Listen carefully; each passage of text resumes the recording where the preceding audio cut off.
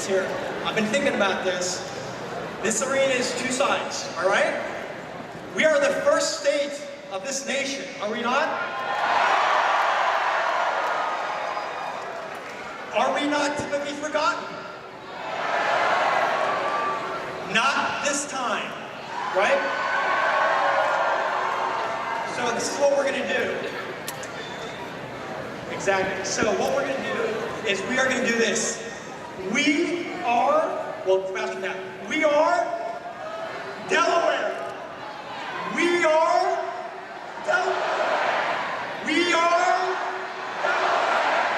We are Delaware. We are Delaware. We are Delaware. You got it. You got it. You know why this is important? Because we matter as a state. You matter as a voter. Do you not? So let's y'all ready to get this party started? Well, you know what? Let's do it. Let's do it.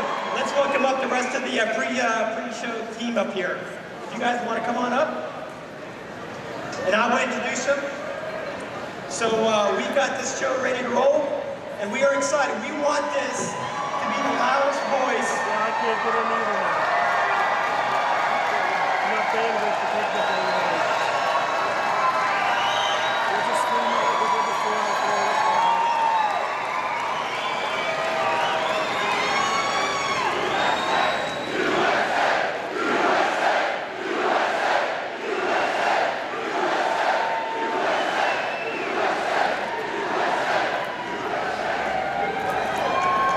Tell you what, you guys are gonna. This is national coverage. Delaware is on the map, my friends. Delaware is on the map. The way Delaware goes, this nation's gonna go. We were first, and so it's time for our votes to matter and your voice to be heard and your vote to be cast and counted. So let's get ready. We're super excited. So first up is an amazing young man over here. And welcome Mike Harrington. He is the Kent County Honorary Trump Chairman. There you go. And what he's going to do is he's actually going to do our prayer. And we are all here. This is a God-under country. This is a country under God. Yes, it is. And Mr. Harrington, if you all realize you're in Harrington, Delaware, yes?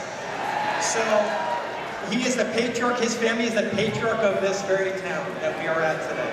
So if you would please help me welcome for the prayer, Mr. Mike Harrington.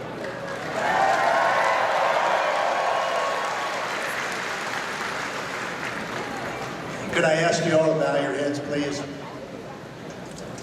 Dear Heavenly Father, we ask your blessings on all of us gathered here, and as we come together to listen to Mr. Trump, to hear his words and his vision for America.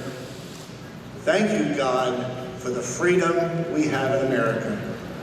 Thank you for freedom to choose and to be able to choose a candidate for president. We ask a special blessing on Donald Trump, his family, and his campaign team. Protect them as they travel. Guide them with your wisdom. Bless this event. But above all, may we always give you, God, the glory and praise. Amen.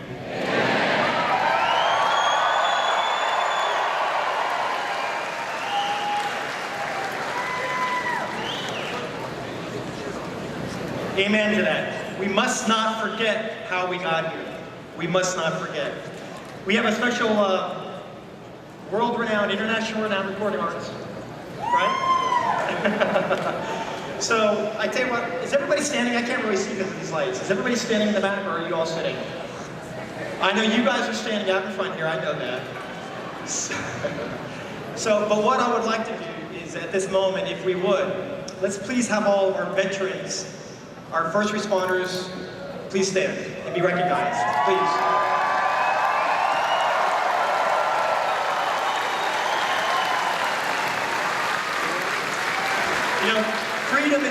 free, and it takes those with guts to defend this country. Never, never, never forget. And this tie is not red for a reason. It is red for a reason because it's the blood that is sacrificed for these veterans. Don't ever forget them. Never take them for granted, guys. Never take them for granted. So, if you would, please help me welcome Mr. Dave Bray to do the national anthem, who is a Navy veteran himself. So thank you, sir.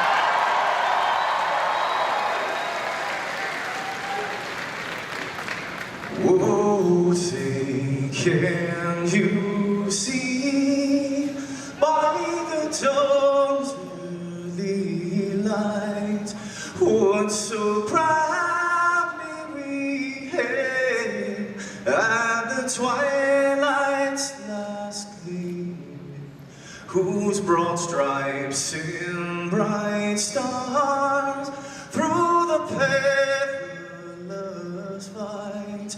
Oh, the ramparts we watched were so gallantly streaming, and the rockets' red glare, the bombs bursting in air, gave proof through the night that our flag was still there. Oh, say does that star-spangled banner yet wave o'er the land of the free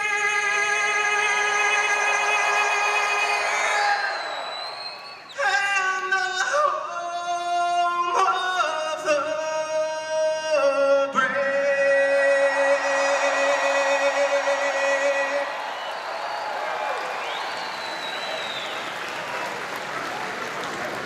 We got any patriots out there tonight? All right.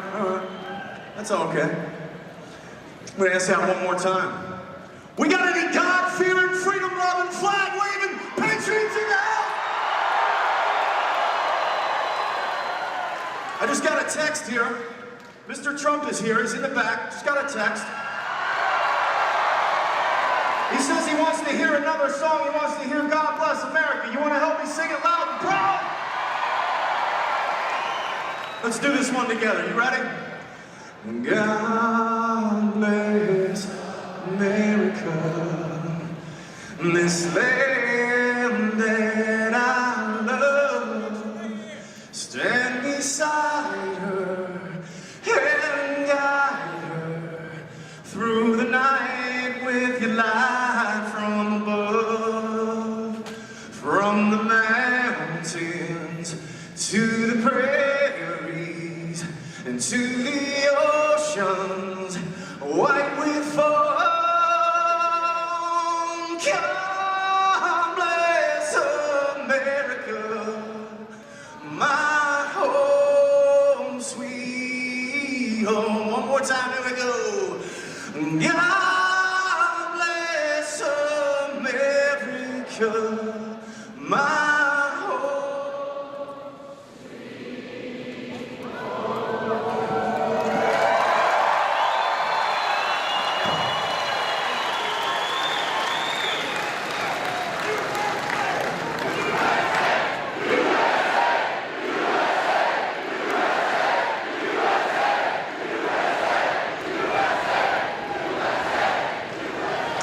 Amen, amen, USA. I was hoping that wasn't my mic because it just got broken. It was. So I'm glad it wasn't. Well, you know what? We're all here to listen to Mr. Trump, but I have to tell you, we are amongst the celebrity, and truly it's not Mr. Trump. He's running for president, but we really absolutely have a celebrity in this house tonight. And let me introduce you to him right now. We are all very excited, very honored to have amongst our presence a World War II veteran.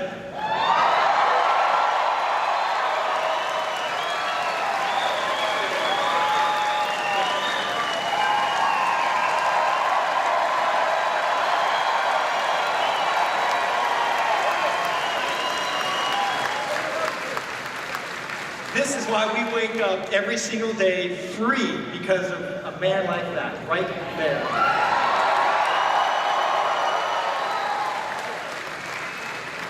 Let me introduce you to Mr. Warner Schlappitz. He's a World War II veteran. He served in the Asiatic Pacific Theater for 3 years. He was in the theater, on the ground, saw it all, and survived. God had a plan for him. He served in U.S. Army Infantry. He earned a Silver Star, a Bronze Star, a Purple Heart, as well as the Presidential Citation. Please help me welcome World War II veteran, again, Mr. Warner Schlappitz, to do the Pledge of Allegiance.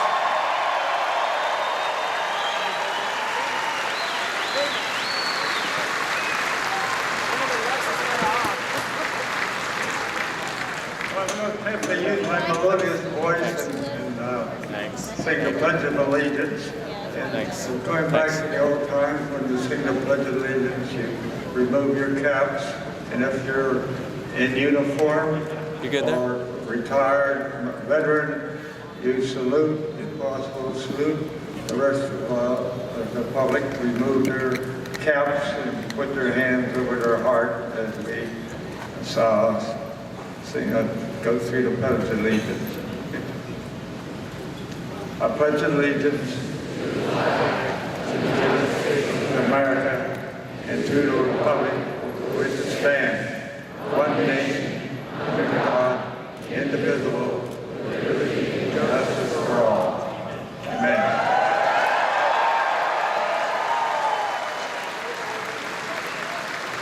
Let's give this veteran another big warm welcome from Delaware.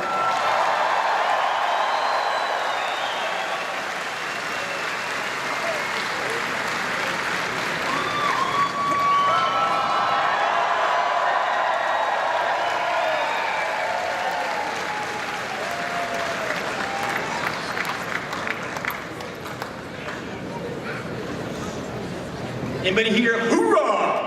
Hoorah! He's a stud right here, this gentleman right here in his ball cap. Let me introduce you to him. He's another amazing veteran that we have in this country that is willing to serve and give it all for us. There's nothing more important, guys. Yeah, I gotta tell you, I'm a veteran myself. My dad served 25 years, my brother served 32 years, a major military family I had. My son over here wants to go to the Naval Academy as well, so we're excited to continue to fight for freedom in this country. Let me introduce you to an amazing man, 22-year veteran. He is also a New Hampshire State House of Representatives. He's an elected official as well. He is also the chairman for the Trump for Vets organization. Please help me welcome none other than Mr. Al Baldassarre.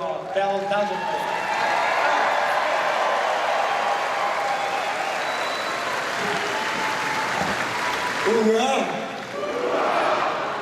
I'm from the government, and I'm here to help you. How many are tired of hearing that from politicians, making us promises and getting nothing? Before I get started, normally I ask for the veterans, but that's already been done. I'm going to go to the backbone of the country. Where are all the spouses, the family members that supported their veteran while they served their country in a time of war? Put your hand up. Thank you.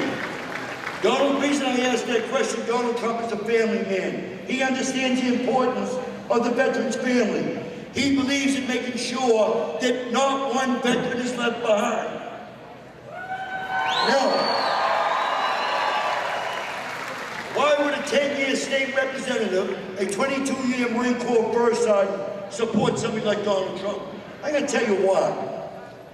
When Donald Trump came to New Hampshire, the first thing he wanted to do before he even decided to run was meet with the veterans.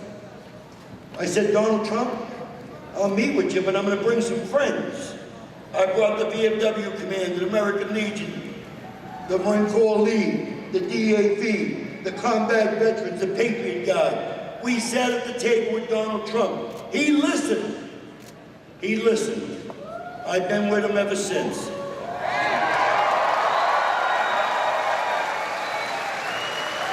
Donald Trump is the only one. If you go to Donald Trump, DonaldJTrump.com, and you take a look at his veterans rollout plan, you'll see he's the only one asking for a medical card where a veteran can go see any doctor they want without asking for permission.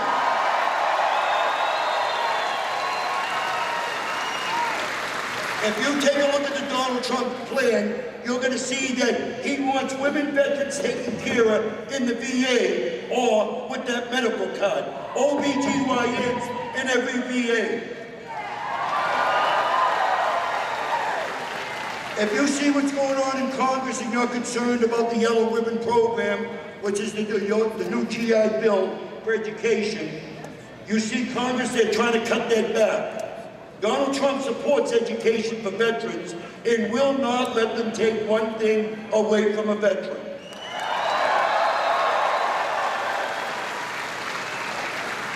When you hear Donald Trump talk about build that wall, when you hear Donald Trump talk, you want to yell, right? Go ahead. Go ahead.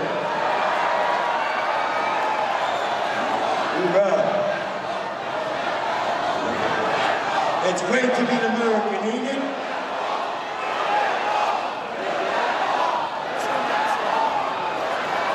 When you hear Donald Trump talk about build that wall, that deals with national security. That deals with American safety. That's part of the Constitution. Section 2, which talks about the Commander-in-Chief's duties and responsibilities to our country is for the safety of Americans. God, it's great to be an American. When you hear Donald Trump talk about, in the liberal media stretch this, they only took a few words, when he said that he was going to ban Muslims from the country until the government figures it out. What don't they understand what he said? That deals with safety of the country.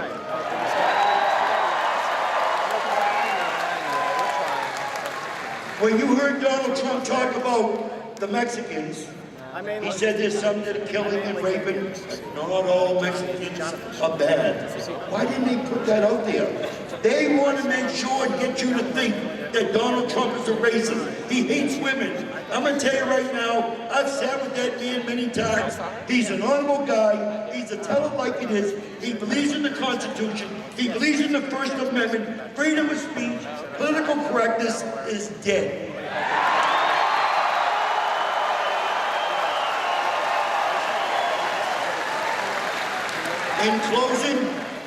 In closing, if you're a veteran, like myself, I served in Desert Storm. Matter of fact, I retired here in Delaware. My last duty station was over on Kirkwood Highway, and I was the inspector instructor first sergeant. So this is part of my home here. But anyways, as a veteran, you understand what it is to take the hill. You understand what it is for victory. With your help and your family and everybody here, Donald Trump will lead the charge to Washington, D.C., and we will take the hill. God bless America, and God bless you.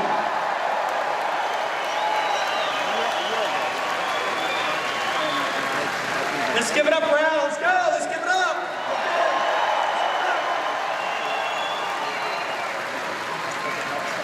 You know, Mr. Trump is here, we're told, so I'll be very brief. Let me 30 seconds here. You want? Because I can't, I got the mic. So, I gotta tell you, it's really important. This illegal immigration stuff is a complete false lie. You know why? I married an immigrant. I married a legal immigrant.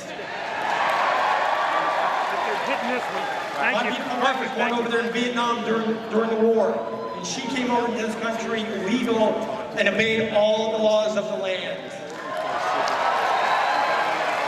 So we are a country of immigrants, but we are a country of laws and legal immigrants. Let's make sure we understand that. Amen. So my next guest speaker here is going to be the next governor of Delaware. It's time to take not only this country back, but it's time to take Delaware back. Let's go. It's time to take Delaware back. It's time to find a leader that is going to serve the people of this state honorably, respectfully. Yes, it is time for the people to come first and not those that are self-serving and self-interested. Are you with me? Please help me welcome current state senator, Republican governor, soon to be none other than Colin Benini. Thank you all very, very much. First of all, God bless Delaware and God bless America. Abso-friggin-lutely. Thank you, first of all, to the veterans. I have one particular veteran I want to thank, Hans Riegel, an Air Force veteran who's running for Congress. Hans, will you please stand up? Over there, Hans. He's a great guy, 20-year Air Force veteran and pilot. He's going to be a great congressman for us. Thank you. And that's not my wife.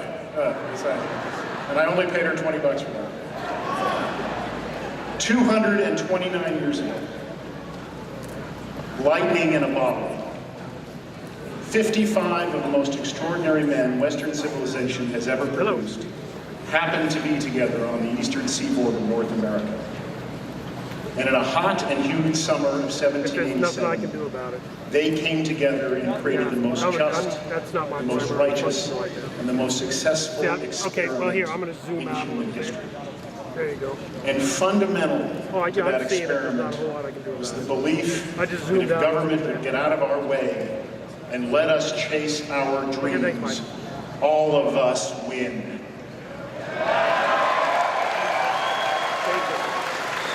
Here in Delaware, but especially in Washington, they have forgot the lessons of that experiment.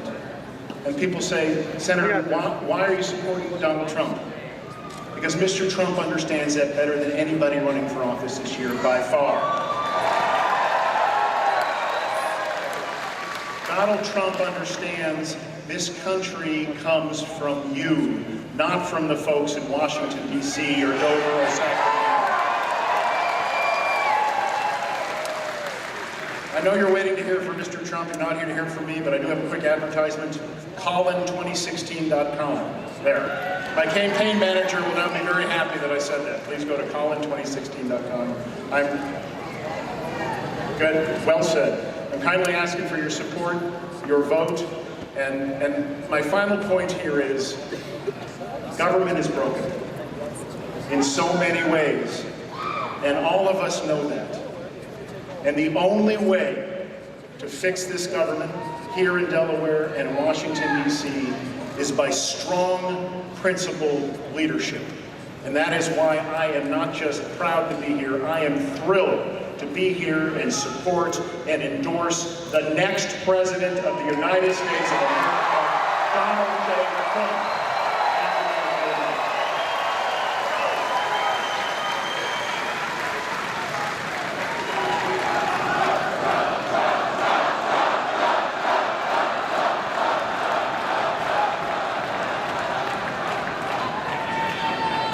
Are you ready? Are you sure? Let's talk about Mr. Trump in Delaware. He is committed to the first state of this union. You know why? Because he's the only one who's committed to 3 offices in this state. Did you all know that?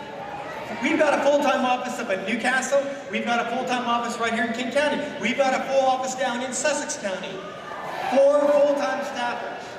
He is committed. He was the first here, and he is the last to go, and he's not leaving Delaware at all.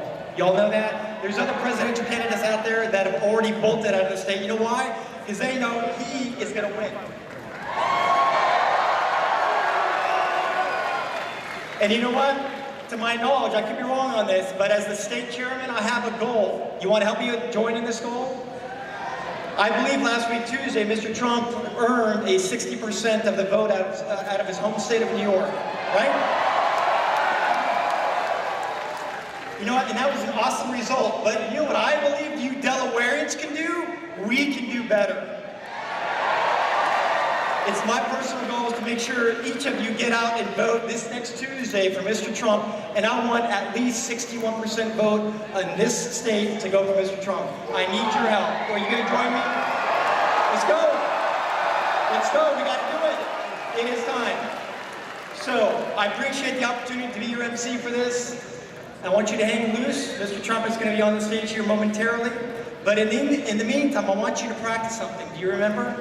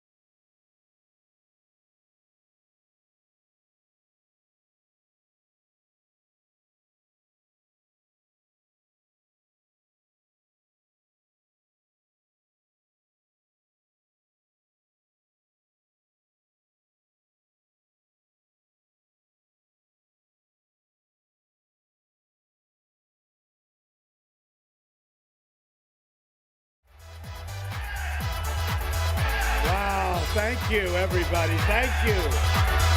Oh, boy, oh, boy. This is great.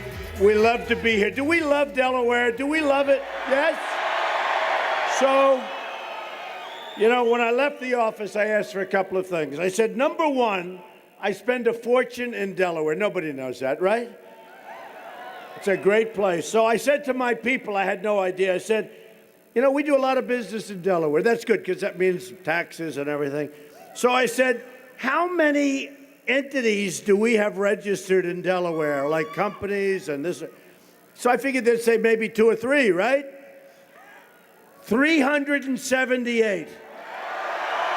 I said, what? So we have 378 entities registered in the state of Delaware, meaning I pay you a lot of money, folks. I don't feel at all guilty, okay? I don't know. They might be off by a couple, but that's about it. They did it. They had about 12 minutes to give me the answer, so it could be a little off. But you know what it is? It's a lot, all right? Good? That's good, all right? All right. So, and it's a great place. I'll tell you, they have great people. And really, they've done corporately an unbelievable job. Hello, folks. Hello, folks.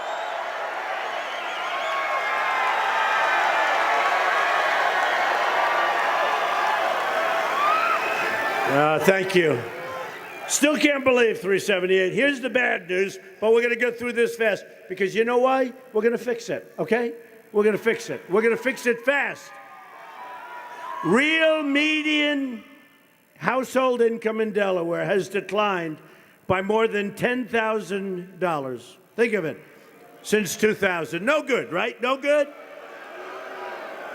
Well, I'm doing my share. Delaware lost 1/3 of its manufacturing jobs since China entered the World Trade Organization in 2001. This region of the state also lost 1/3 of its manufacturing jobs, same period China. Oh, by the way, Lion Ted Cruz supports Chinese currency cheating. Now think of it. He voted against an amendment to try and block currency cheating by China, and Ted Cruz voted against it, and it's the single biggest weapon that China and other countries have against us for just absolutely destroying our businesses. And this guy voted against it. It's almost impossible to vote against it if you love our country. But you know what happened? Somebody got to him and said, listen, we want you to vote against it because some company or some country didn't want it. And this is what we have running for office. No more, folks. We're going to end it, okay? Terrible. I actually had to have that one checked. I said, how can you vote against that? Nobody can vote. He voted. Lion Ted Cruz. Delaware was hit very hard by closures of its auto manufacturing plants, right? Yes. over the years, including Chrysler and GM plants. Cruz and Kasich support the Trans-Pacific Partnership, which will absolutely kill the auto industry in this country. I'm against it. I've been fighting it. And Kasich voted for NAFTA, which has cleaned our clock for years when he was a congressman. So we can't let that stuff happen, folks. And by the way, Trans-Pacific Partnership is worse than NAFTA. It's going to be worse. We got to stop it. We're going to stop it. We got to stop it, okay? Obama wants it. If Obama wants it, you know it's no good, okay? Oh, man, oh, man. Don't, a couple of more, and then, because I hate to do it. It's like so negative, right? But it doesn't matter, because if I become president, we're going to turn it around. We're going to make great trade deals. We're going to make great trade deals. We're going to bring our jobs back, and we're going to keep the jobs that we have here. Believe me. Believe me. All right, the number of food stamp recipients in this county has increased sixfold. That's a lot. Since 2000. Wow. 6,000 food stamp recipients. Now you have 36,000. Come on, fellas. We got to get going here. We'll get it changed. Delaware voters are concerned about the possible intake of Syrian refugees. Is that unbelievable? The state has seen large increases in its foreign-born population. We don't even know where the hell they come from. We don't know where they come from, who they are. They're totally undocumented. And you've seen a large intake. With the problems that we have, you've seen a large intake.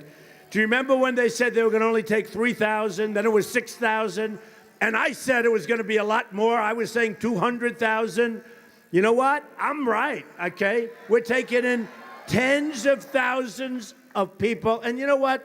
We all have heart, and we want to take care of that. But we don't know where these people are coming from. Totally, like they have no documents, totally undocumented. We have enough problems in our country. We've got 19 trillion in debt. We've got a border. The southern border is like a piece of Swiss cheese, and we'll talk about it. We will build the wall. Yes, we will build the wall.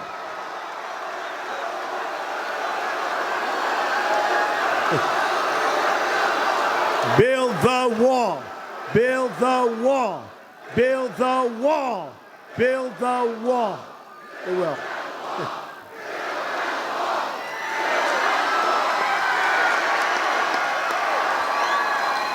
Oh, we'll build it. We'll build it.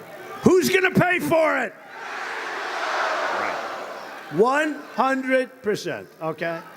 By the way, are we having a good time? I mean, you know, we have a great time considering the subject matter is no good, right? But when we say, look at all those hats, make America great again, when we say that, you know, somebody, a reporter, by the way, the world's most dishonest people are back there. Look at all the cameras going. Look at all those cameras. Unbelievable. They are dishonest. Most of them, not all of them, but most of them.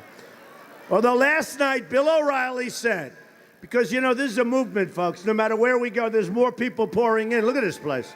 It's a big place. A lot of people. But Bill O'Reilly on Fox said last night that what's happened with Trump, it's one of the biggest political events that he's ever seen. And in fact, I'll go a step further. He actually said it's the biggest political event that he's seen in his lifetime. That's a big, right? He said the biggest political, and he's a pro, and he's an amazing guy, and tough and smart. Doesn't always treat me great, but that's okay. But I'll tell you, he said it's the biggest political event he's ever seen in his lifetime.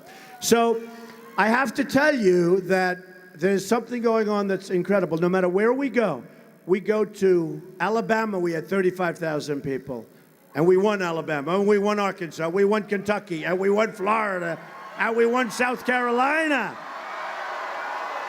and we won New Hampshire, and we won Connecticut, and we won so much.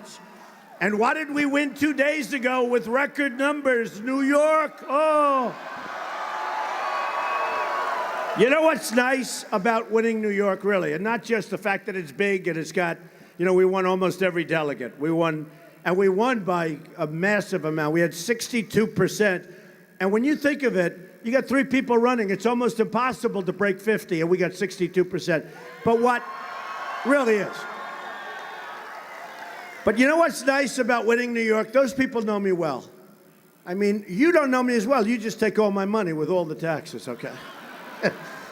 But I've known Delaware for a long time, and it's a great place, and we're going to get rid of all the bad stuff that we talk about. We're going to get rid of it, but we're going to get rid of it. And we have to do that also at a federal level. You know, you can't allow policy that allows China and Mexico and Japan and Vietnam and India. You can't allow policy that allows these businesses to be ripped out of your state. Like candy from a baby, folks, like candy from a baby. It'll all end, and we'll talk about that. But what's really nice about New York is they know me the best. You know, I grew up in New York, and I've been in New York for a long time, and I've been very public. I've been very well vetted, everything I've ever done. If I sneeze, it's a big story. But they know me well. And to win by that kind of a margin is, you know, not just the size of New York, but even from another person from another state called me, a friend of mine from another state said, the nicest part, they know you so well in New York, and for you to win by this massive number, a record-setting number, is really a great tribute. And I never thought of it that way. I just wanted to get over 50, right? And we got a lot over 50.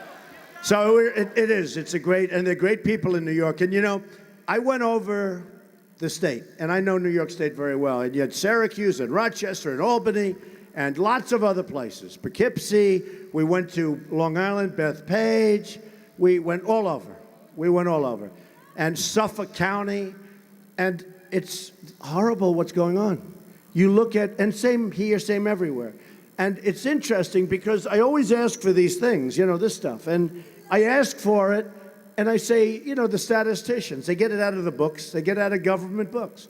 And I say, give me the information. So I've done many speeches in many places over the last, you know, couple of months. And it's like always the same. The manufacturing jobs are being stolen. Our jobs are being taken. We're losing at every front. There's nothing good. Our country doesn't win anymore. You just look, and it's the same thing, whether it's Delaware or whether it's Syracuse, New York, or whether it's Albany. We had 21,000 people in Albany show up. Incredible people in an arena, a great arena. But we had 21,000 people. We had thousands and thousands of people show up at every stop. And it's always the same. I say, get me the information. And if the information was good, I'd like to read it. I'd much rather read it than read this stuff. But it's always the same. The jobs are being stripped. The factories are closing. And you ride through some of these communities, and you just go from the airport to like a venue like this, and you see all of the closures. You see it. You could see it was a thriving place 20 years ago, 10 years ago, 30 years ago. And now it's just been stripped. It's been stripped. And we're not going to let it happen anymore, folks, okay? We're not going to be the dummies. We're not going to be the dummies. Tell you, it's terrible. It's terrible. I even said, when they gave me the statistics, I said, what do I need them for? All I have to do, I mean, I have a good memory, like a great memory. All I have to do is get up and say, manufacturing down 30%. You know, it's the same thing everywhere. It's the same thing everywhere. I don't even blame, I mean, in some cases, you have to say local politics and local politicians, that's important. But the big mega deal is what's happening with our country. Our leadership is terrible. Our leadership is incompetent. We don't know what the hell we're doing. It's right. There really is no leadership.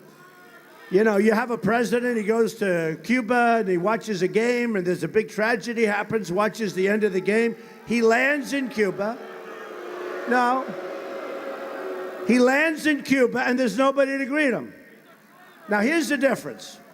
No problem with Cuba, by the way, no problem. And it's time to make a deal. I'd like to see a better deal. But it's fine. But you land in Cuba and nobody's there. Now, in the history of Air Force One, which is pretty long, right? It's probably the first time that plane has ever landed when nobody was there. In other words, there was not the head of the state, Castro, anybody to greet him. Then he goes to Saudi Arabia, same thing happens. The big leaders are not there to greet him at the plane. And you know what I would do? If I said, well, how we doing? Who's here to greet me? I'm the President of the United States. I'm on Air Force One. Who's here? Well, we don't have anybody to greet you, Mr. President. Now, Obama gets off the plane. Here's what I do. Pilot, boom, go back to Washington. Oh, it's true. Go back to Washington.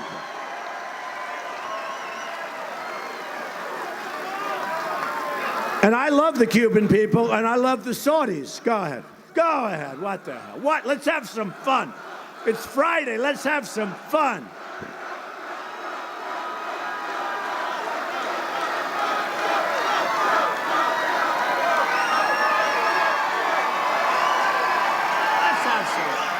Let's have some fun. It's Friday. I have all the time in the world. What the? Great, great people. Great people in this country. We're going to have Apple, and we're going to have companies. You watch. They're going to start making their products in our country, folks. You watch. You watch. Just watch. I know how to fix the system. You know, you have these guys, they talk about free trade. Look what free trade has done to our country. No matter where I go, look at what's happened with free trade. And I'm a free trader. I believe in free trade. But I don't believe in being stupid. I don't believe in these deals. They're so bad.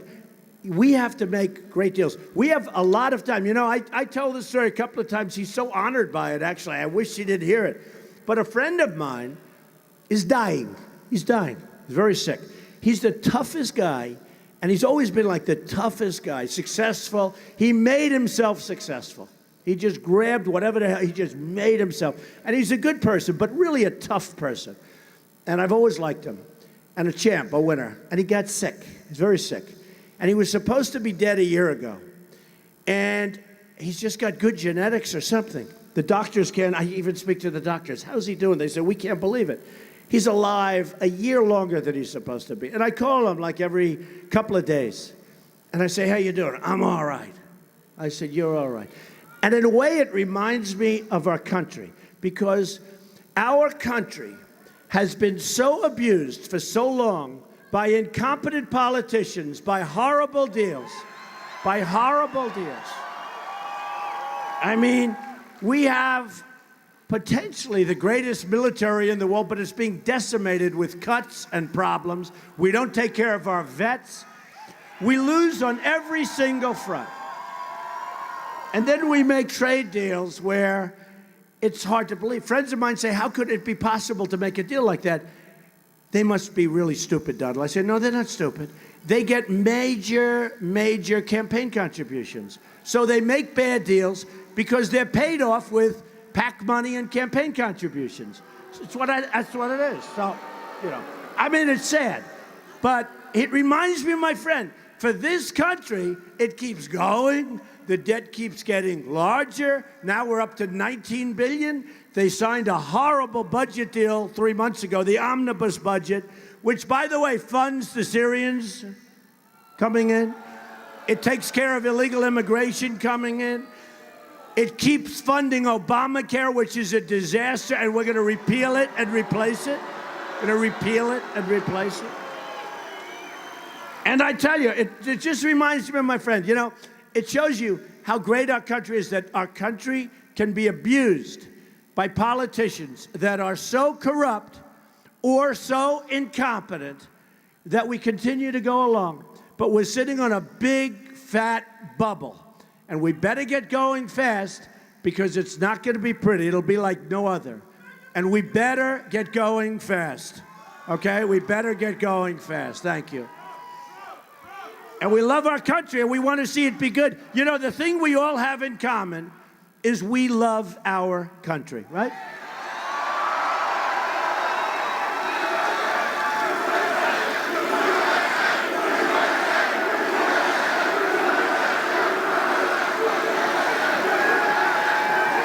We do. It's amazing. My family asked me, Dad, why are you doing this? Dad, where are you going tomorrow? Well, I get up at 5 and I travel to a state far away. And then I go to another state and another one, and then I come home. I should be home by about 1 in the morning. And then I get up at 6 the next day. And my daughter Ivanka said, Dad, why do you do that? And I said, you know what? Very simple. It's very simple. I love this country. This country's been so good to me. Really, I mean, I'd rather not do it. I wish we had somebody that was so good. I don't care if it's a Republican or a Democrat. I couldn't care less. If we had a great president who was a Democrat, we need a great president. We need a great, great president because we are really in trouble. But I'd wish, and I told Ivanka, I told my wife, I wish we had a great president. And I'm a Republican, I'm a conservative. You know, they say, he is not, you know Jeb Bush, right? He said, he is not a conservative. Why? You know why? Because I don't want to have free trade if it's stupid trade. And it's stupid trade. Free trade's fine. But we get outsmarted because we don't use our best and we don't use our finest. The other day in New York, you saw when I went, Carl Icahn's there, Steve Roth is there. We have the smartest people in the world on our side, but we don't use them. We use political hacks. We use people with no ability whatsoever to negotiate massive deals, bigger than any business deal you could ever do, because trade is far bigger than any company. Far bigger. The company deals, the biggest company, they're small compared to the trade deals. So we use political hacks to negotiate the biggest deals in the world against China, where they use people that are the smartest and the toughest, high energy. That's when I said, remember the little statement, low energy? I'm not going to talk about it. But they're very high energy. And they come in at waves as negotiators. I made a lot of money with China negotiating against China. You can beat China, believe me. But got to be smart. You got to be sharp. I own a lot of stuff with China. In fact, the largest bank in the world is a tenant of mine from China in one of my buildings in Manhattan. We have a lot of stuff. I sell condos to Chinese. They're great. By the way, the Mexican government, the people, they're great. They're all great. I'm not angry at Mexico for ripping us off, which they're doing big league both at the border and on trade. I'm not angry at China. I'm not angry at Japan. You know, Japan sends cars by the millions, right? You know, we give them practically nothing. It's like a one-way street. You ever hear the words trade imbalance? It's like this. It's like this. Got to end, folks. Got to end. And I'm not angry at Japan. I'm not angry at Vietnam and India, all these countries. You ever call up on your credit card? You want to find out about your credit card. Guess what? You're talking to a person from India. You say, how the hell does that work?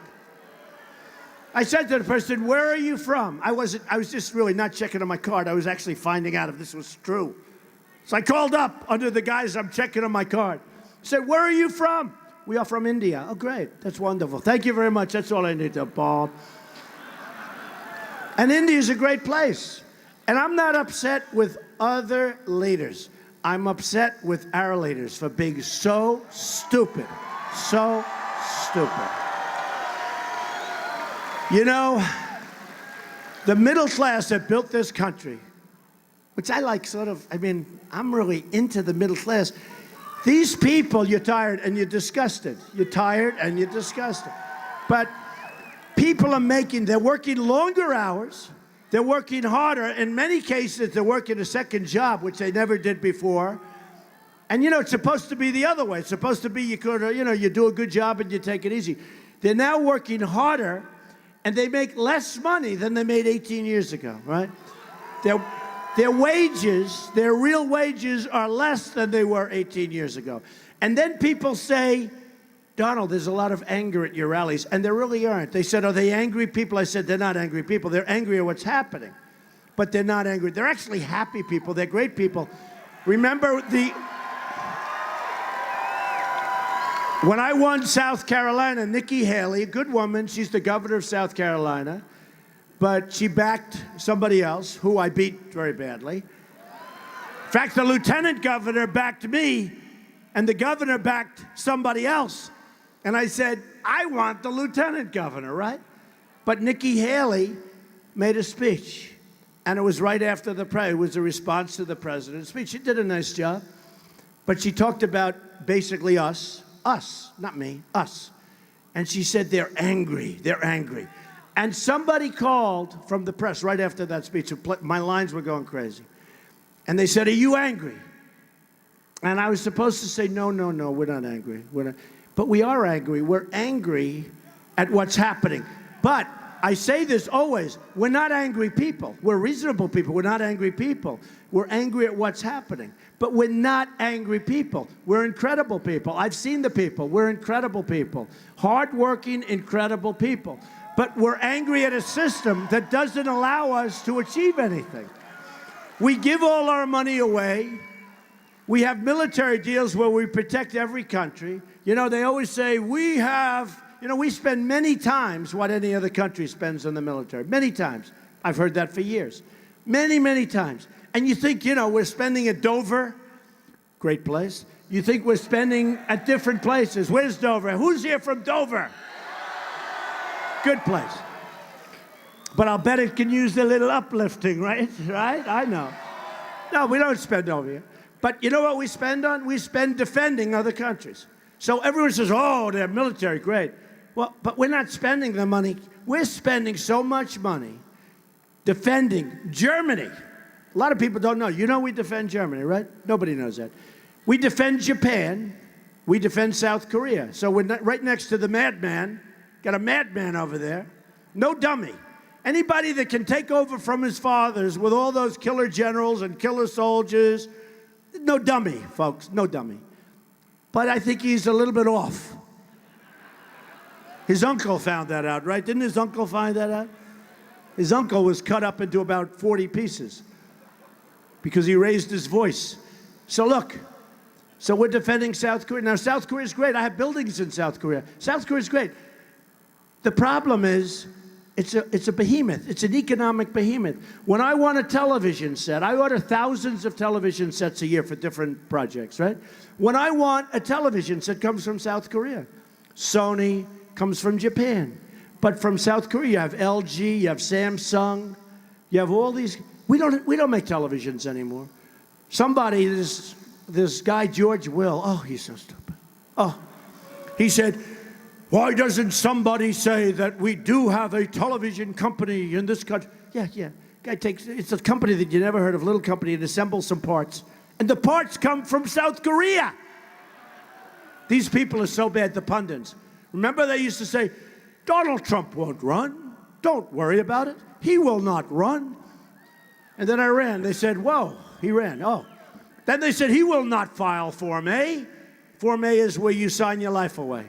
Then I filed Form A. Then they said, oh, this is getting ridiculous. He won't file his financials. What he'll do is he'll take advantage of, you know, you're allowed to push it off forever. So you have 30 days, but you get 45-day extensions as long as you want. So I said, I want to have my financials filed in the 30-day period. And they're the biggest financials ever filed in the history of the federal elections, right? Biggest, but the biggest. Almost 100 pages. And here's what happens. So I tell my accountants from Washington and my lawyers, all these expensive people, I spend a fortune on this stuff. It's ridiculous. It's so complicated.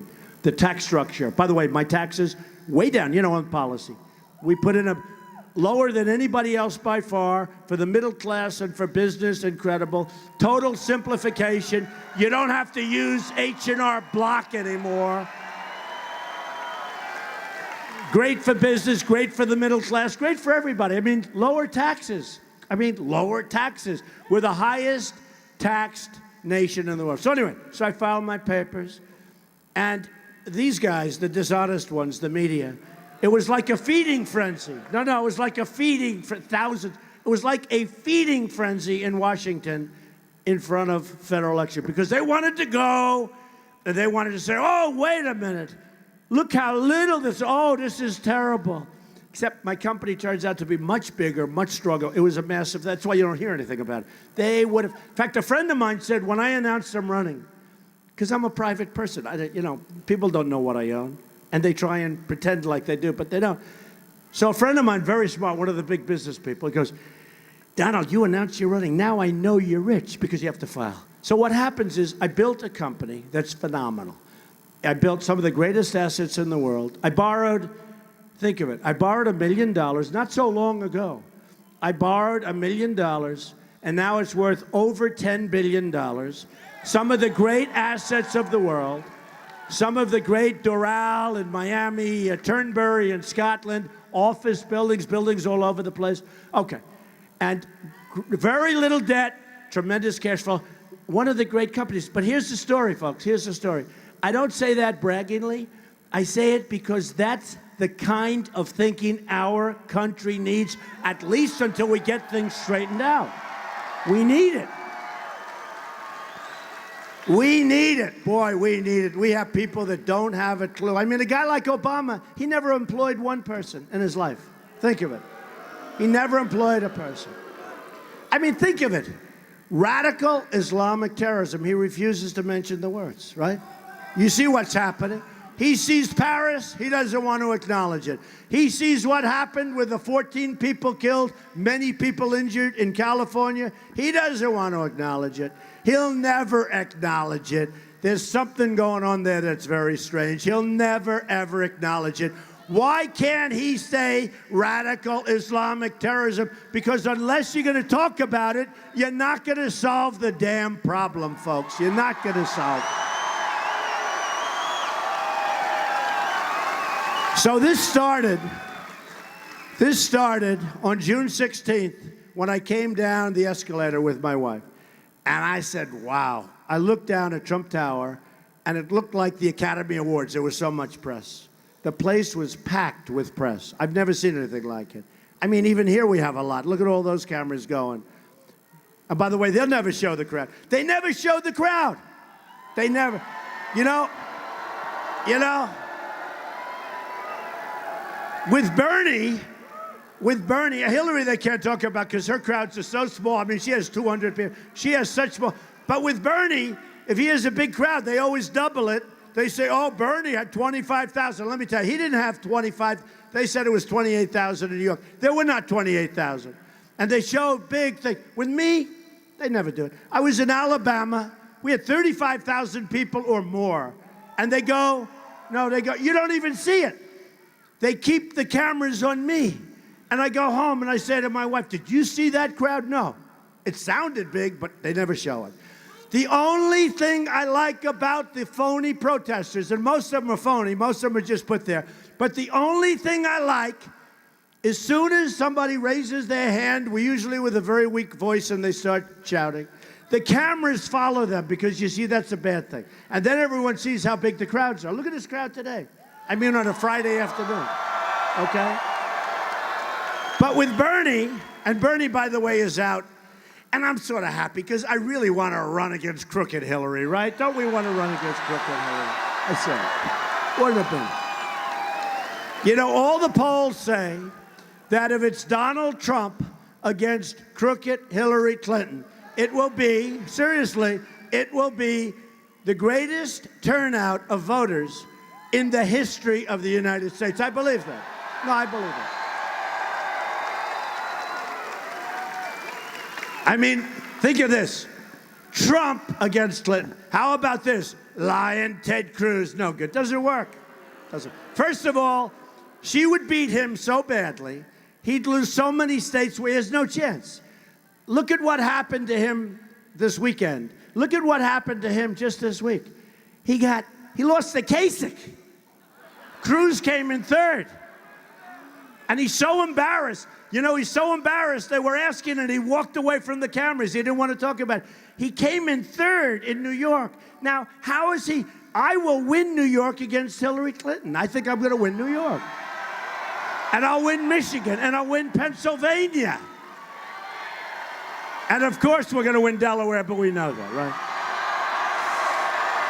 And I'll win Florida. You know, we had a huge win in Florida. We won by more than 20 points. Florida was a tremendous win. And I wasn't expected to win Florida. Just to show you the system. You know, the system's all rigged. That's why we have to win big. That's why on Tuesday, everybody has to go out and vote. We have to win big. Because the system is rigged. So the only thing, you know, the fighters have a great expression. When they go in, you got a champ, and he goes into a big territory, but it's unfriendly. You know, it's the home of the other fighter, right? And the good ones, they always say, no, I'm not worried. Because if I knock him out, there's nothing the judges can do, right? Well, what we have to do is knock him out with volume of votes. Now, right now, I have millions more votes than Cruz. millions more votes than Kasich. I have almost 300 more delegates than Cruz, even though it's a crooked system. And he goes around taking them out. They take them out to dinner. They send them to hotels. It's such a crooked system. It's disgusting. But we have 300. And I mean, Kasich, think of this. Kasich is 1 for 38. And he stays. And you know what his answer is? I'm not leaving. I'm not leaving. But Cruz said that Kasich should get out because there's no way he can win because he's so far down. In other words, if he won 100% of every state, he loses. There's only one problem. Now there's no path to victory for Cruz, so he should get out. They should both get out. They should. They should both get out. They can't win. And when they get out, we will start on Hillary Clinton like nobody's ever seen before. Nobody.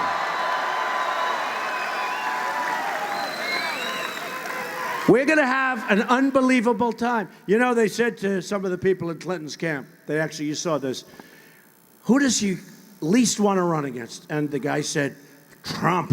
Because, man, look what he did. You had 17 senators, governors, very capable people like Ben Carson, who endorsed me and who's an incredible guy and smart and good. And Chris Christie, who's the governor of New Jersey, a great guy. But you have 17. Look what he did to those people, one after another. Boom, boom, boom, boom. Now I'm left with sort of like two guys, hardly two guys. There's no path. I mean, you could say 1.5 maybe. Maybe we should say 1.5. Maybe you could really say 1, a half and a half, okay? And that's what O'Reilly said last night. O'Reilly said, I mean, look, he goes into this thing. He's competing against senators and governors at the highest level of our nation. And one by one, they get knocked off. And this person from Obama's campaign, who I think is now involved with Hillary Clinton, said the person she least wants to run against is Trump.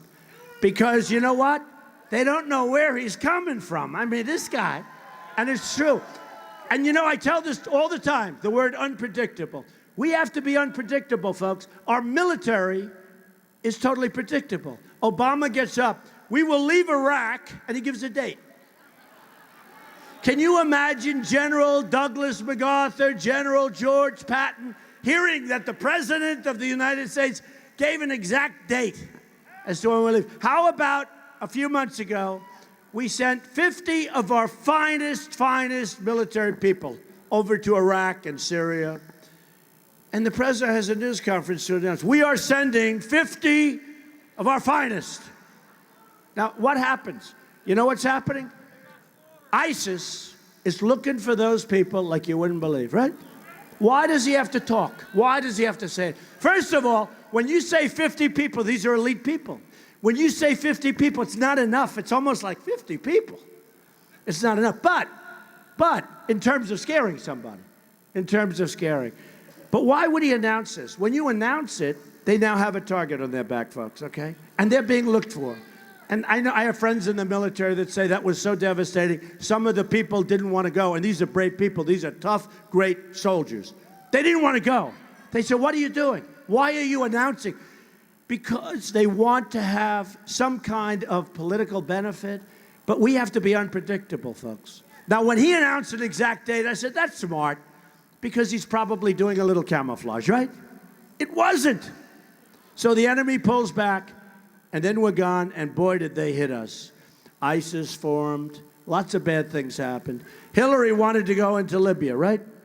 Libya has the finest oil. Libya, you know, it's up high, and it's the finest quality oil. Who has the oil right now?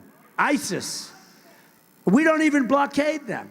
They're taking out the oil. You know, we're hitting other oil ports, and we're hitting other oil refiners. How long have I been saying take the oil, right? For years, right? For years. And Obama's people would say, well, that's not a plan. It's a great plan. The problem is, ISIS has gotten very rich with the oil and with the dark banking channels. And I know so much about banking. Oh, do I know banking? Oh, I'm the king.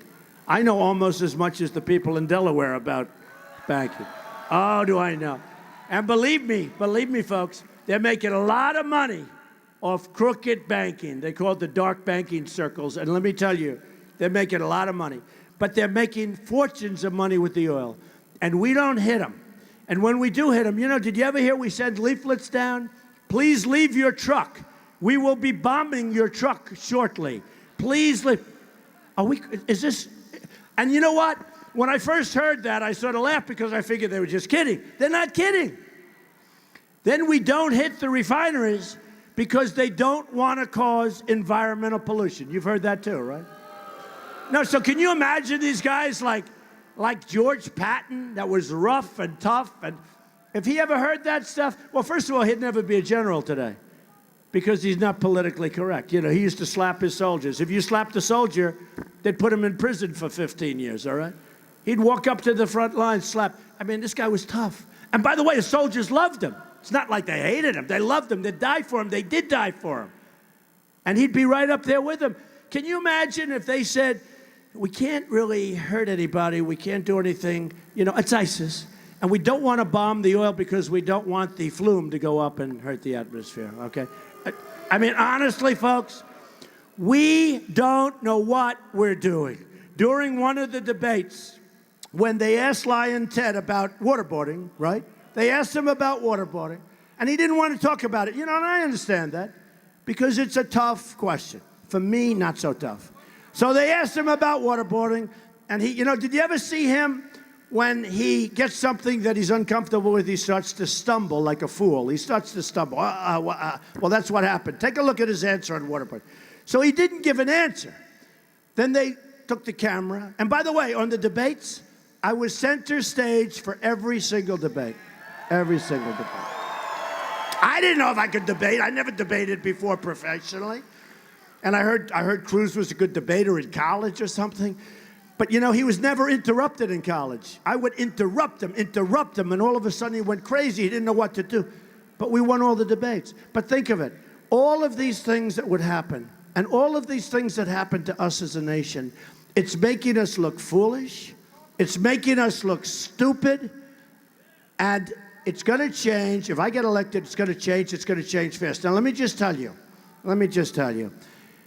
We are going to make great trade deals. You heard about Carrier, you heard about Ford, you heard about Nabisco. Nabisco left Chicago. They're building a plant in Mexico. Carrier, making air conditioners. I'm never buying Carrier, going to buy a lot of them. Good air conditioners, good company. They announced they're laying off 1,400 people. They're moving to Mexico. And it was a vicious announcement. Did anybody see it? It's like you know, they have a guy like an upper mid-level management guy that, we are moving to Mexico. Everybody will be fired, essentially. Nasty, a little nasty, too nasty. You got to do it at least. So they're moving to Mexico. Ford building $2.5 billion plant from 2 years ago. Now they're doubling up. They're going to build much more. Because when they do it, nobody even goes to talk to them. And nobody tells them of consequences. See, they have no consequences. Nobody. So here's Trump. President Trump, take Ford. Take Carrier. Take any of them. Take any of them. You know, I like to joke because we have fun with it, where my wife and my daughter, and they say, Ivanka, she says, Dad, please be more presidential. I say, I can't. Right now I have to beat these people. I don't want to be too presidential yet. Don't worry. Hey, being presidential for me is much easier than doing this.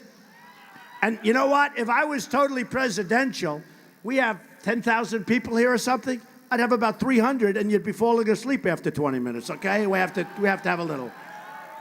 But honestly, I probably wouldn't be here because I was hit really hard by these 17 people. I was hit really, really hard. And if I didn't hit them back really, really harder, I wouldn't be here. I'd be home watching this whole thing on television. There would be no crowds like this. And it wouldn't be in this arena. It would be in some little conference room in a hotel someplace, right? Right? So I hit hard. So we're going to be very presidential. We're going to have our country respected again, folks, believe me. And you're going to be proud of your president. But more importantly, you're going to be proud of your country. You're going to be really proud of your country. But I would do the following. So we'll use Carrier. And this pertains to hundreds of companies. And I just want to do it myself. I told Melania, I said, you know, it's going to be tough for me because I want to make these calls myself.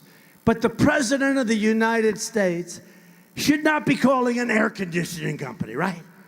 But it's so easy for me. It's so natural. I love doing it. I don't take vacations. Other people, they go away for weeks and weeks.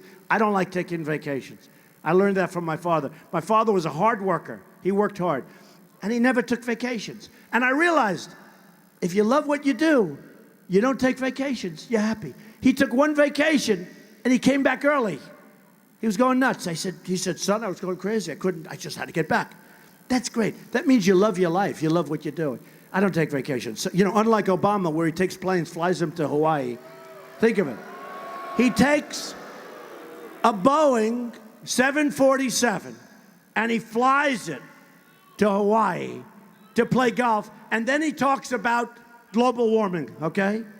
Talks about global warming. Is that person okay? Is that person okay? Everything good? We love our people, right?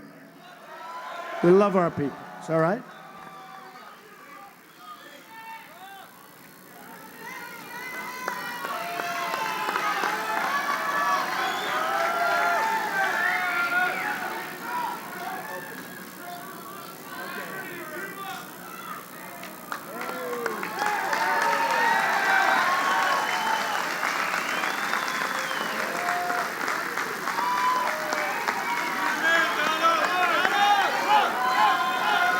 Those are the people we love. Those are real great people, right?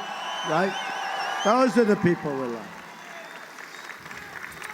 So he flies a 747 to play golf. They're a long time, like 2 or 3 weeks. 2 or 3 weeks. I mean, he plays more golf than people that play professionally on the PGA Tour. This guy, the number of rounds. So and I like golf, but you got to get down to business, folks. We got to get down to business. So here's what's going to happen.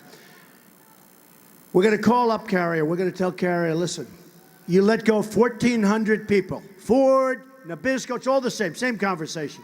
User recorder, same conversation. And we tell them, can't do that. You let go of all these great people. Now, you got to see them early, folks, because if you don't see them early, they're going to move, and then it's too late, and it's not so good. But you see them early, or if you see them late, a little different. You go, hey, you're going to move. Here's the deal. The deal is you're going to pay a 35% tax on every air conditioning unit that you send across the now very strong border, right? Every time you make a unit, it's going to cost you a 35% tax. And here's what's going to happen. If it's Lion Ted Cruz, or if it's Kasich, or if it's Hillary, their lobbyists, their special interests, their donors are going to call them, say, you can't do that to Carrier or Nabisco. You can't do that. These people, they gave you millions of dollars in your campaign. You can't. And they'll say, okay, you're right about that. I can't do that. With me, forget it. I'm self-funding, folks. I'm not taking their money, okay? I'm self-funding. So here's the story.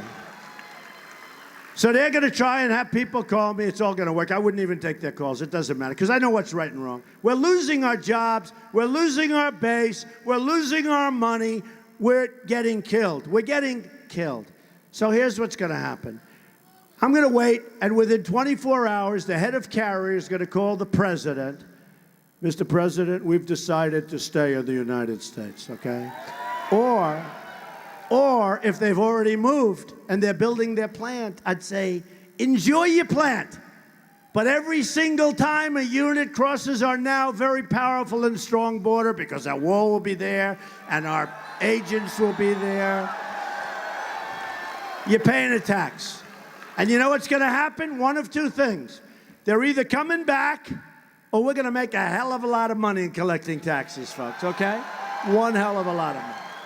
And if you look, our government has been working on this problem for 5 years, stopping companies from leaving.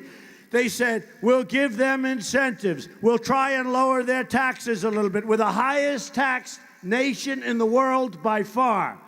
They want to give little incentives. Oh, we're going to talk. Number one, they don't even bother talking to them. They just leave. They don't even talk to the government. But even if they did, there's only one thing you can do. And they've been looking at all sorts of formulas. There's only one thing you can do. I'm a free trader. But we have stupid people on our side negotiating. We don't have the right people, okay? I love free trade. It's great. But no good for us, because it hasn't worked. Our country is being wiped out. So here's what you do. You just say, you're going to move. That's great. But when you make your product, whatever that product might be, when it comes in, you're going to pay a hell of a tax, okay? And that's the story. And nobody's going to move, folks. It's so simple. It's so simple. They are trying to devise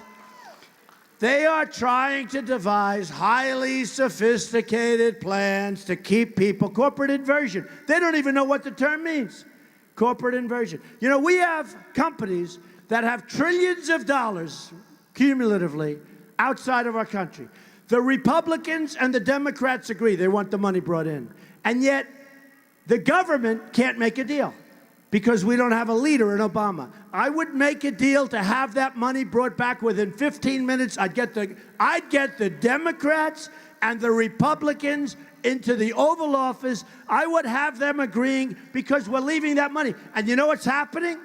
Because they can't get their money back in, and everybody wants it to come back in, but they can't make a deal, no leader. Because they want that money in, and they can't do it, companies are leaving to get their money. How stupid are we? Okay. So when I started this whole journey, and it is a journey, when I started this journey, I was coming down the escalator with Melania, and I said, let's go. Nothing I wanted to do, believe me. I loved what I was doing. But I must tell you, I love this. I made so many friends. I think I made millions of friends. You know, we have millions of people. The Republicans, you know, the Republican Party was not exactly a hot party, right?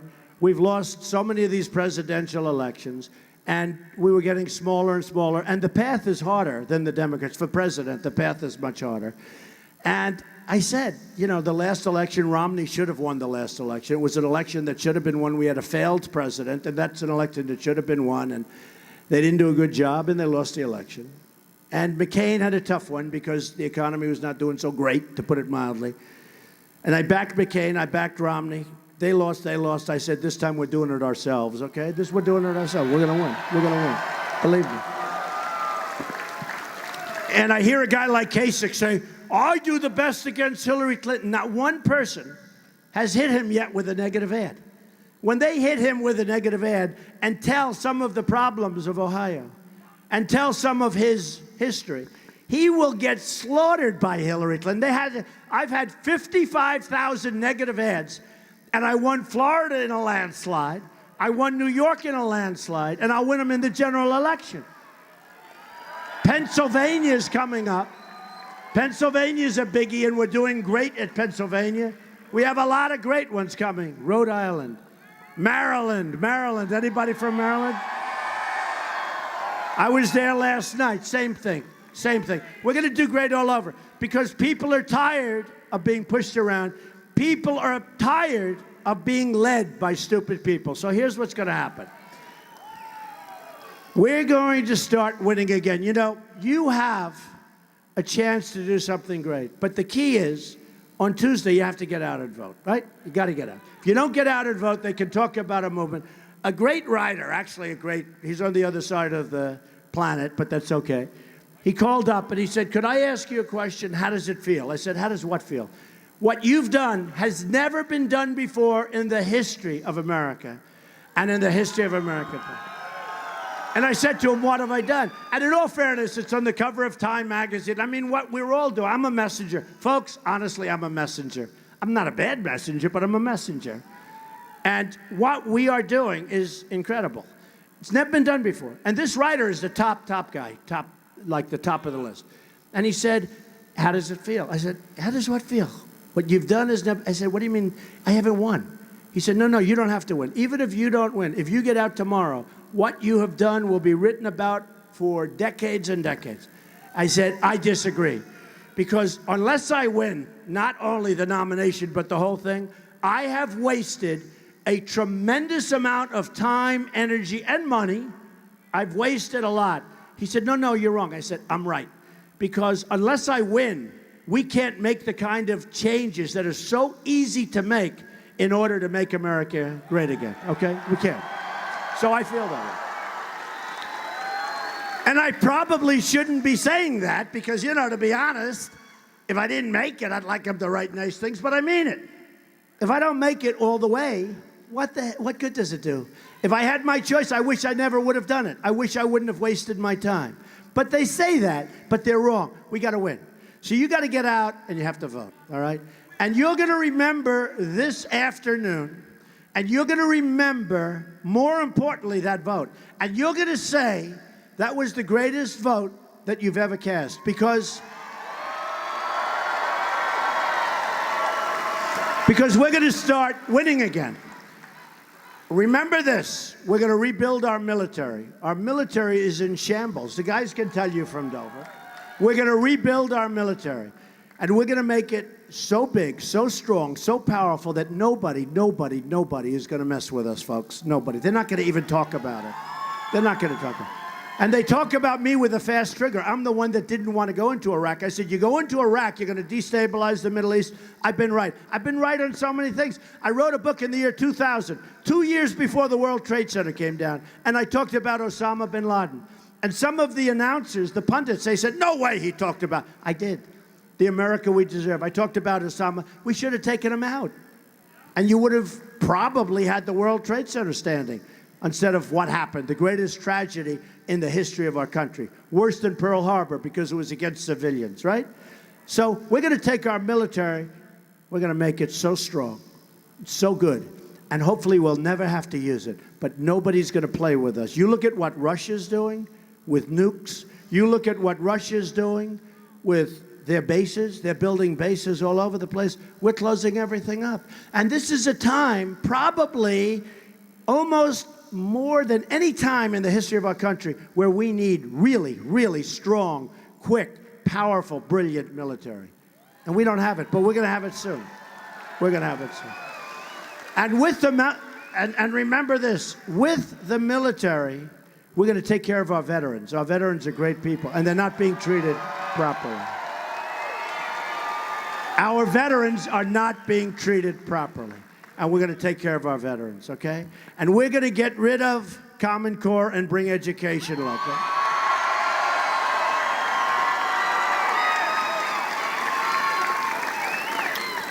And we're going to terminate Obamacare and have great health care. We're going to come up with great health care. And there are lots of options, folks. Obamacare is a disaster. And we're going to protect our Second Amendment, folks. It's under siege. And we are going to have a really, really strong border, and we are going to have a wall, and Mexico is going to pay for the wall.